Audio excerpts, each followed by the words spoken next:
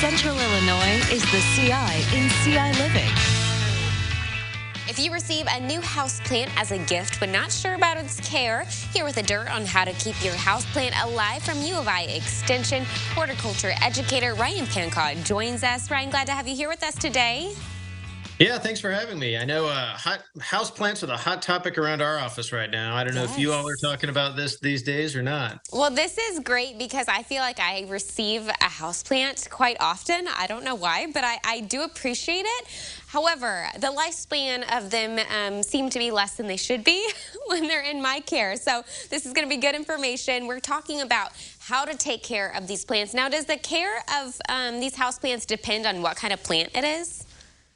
Yeah, it definitely does. A lot of house plants, though, are meant to be easy care plants. So, I really kind of recommend if you're planning on gifting a house plant, talk to the folks in the store that you're shopping at and ask them for just something that's easy, especially if you're giving it to someone that's maybe not a gardener and doesn't have, a lot of experience with house plants. So definitely depends on the type of plant. All those plants have different light requirements. So that's really kind of the trick for me, at least in my house, is getting the right plant and kind of the right, setting for light is really a big concern. Yeah, knowing where to put it, I think, is expect. I've had, I think, a snake plant before, and I think that was so simple to take care of, especially for someone who does not have a lot of experience gardening. I really did like that one because it was very, very simple. What type of pots should people be considering in terms of the best for houseplants?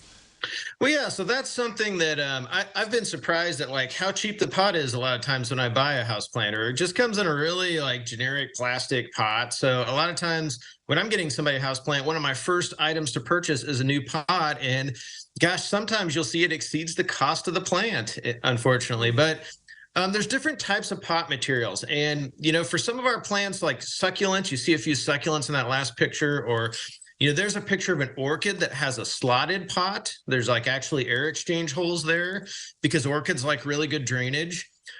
This pot that you see, that's actually a snake plant right there, has kind of a coating on the outside. So that's going to retain a little more moisture than just your basic terracotta pot. The pots we all think of and see a lot of, like this one, where that terracotta pot is going to actually lose quite a bit of soil moisture. So for things like succulents, things that take a lot of sun, that really don't like a lot of moisture, a terracotta pot's great. But for my snake plants, I try to put them in something that's a little more of a coated pot, just it reduces your the need to water really often. And oftentimes, again, like those plants that really like it dry, they need a pot that's going to kind of dry out the soil as well. Absolutely. Now, how should people learn and determine how much sunlight, how much water, all that to give the plant that they receive?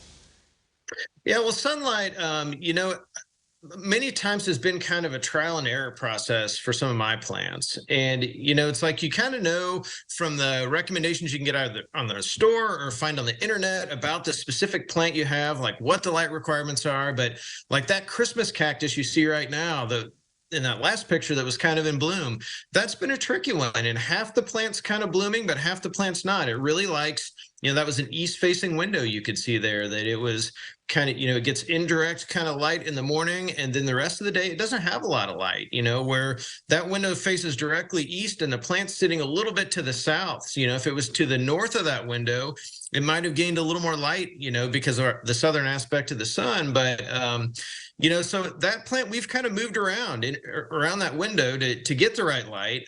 When it was directly in the window, it had a little too much. So it's kind of happy there, at the south end of that. But another factor beyond light too is, your heat registers and, where heat's coming up, where we have like a heat vent right under that plant. So I think that kind of played into the fact that it needed to be moved to the side. But, obviously south-facing windows, they're going to have like the most direct sun. So that's where you'd want things like the succulents, like some of those plants that really take a lot of sunlight. But many of the others, really take bright indirect light. So those succulents you kind of see there, that's a south-facing window that they're right next to.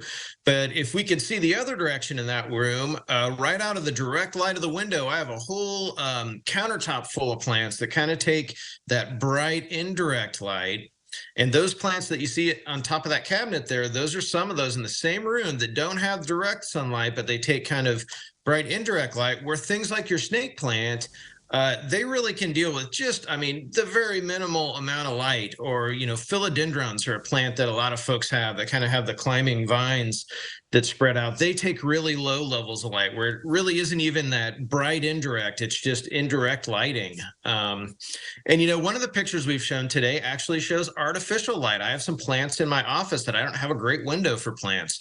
I've installed, in my little cubicle, there's a grow light right above. That's a couple snake plants, and then a Christmas cactus right there. So, yeah. So there's ways you can provide supplemental lighting as well. So really it comes down to understanding maybe the type of plant you have and the light requirements for it, maybe just the basic care for it, what is best per plant, because it does sound like it depends on what kind of plant it is, and depending on your house, whatever has good windows, maybe it's that indirect light or the direct sunlight, while keeping in mind where that heat is coming from, especially this time of year. All sorts of good information. I know you guys have really good resources on how to keep up with whether it's blog posts or all sorts of different topics that you guys can touch on and give great advice on.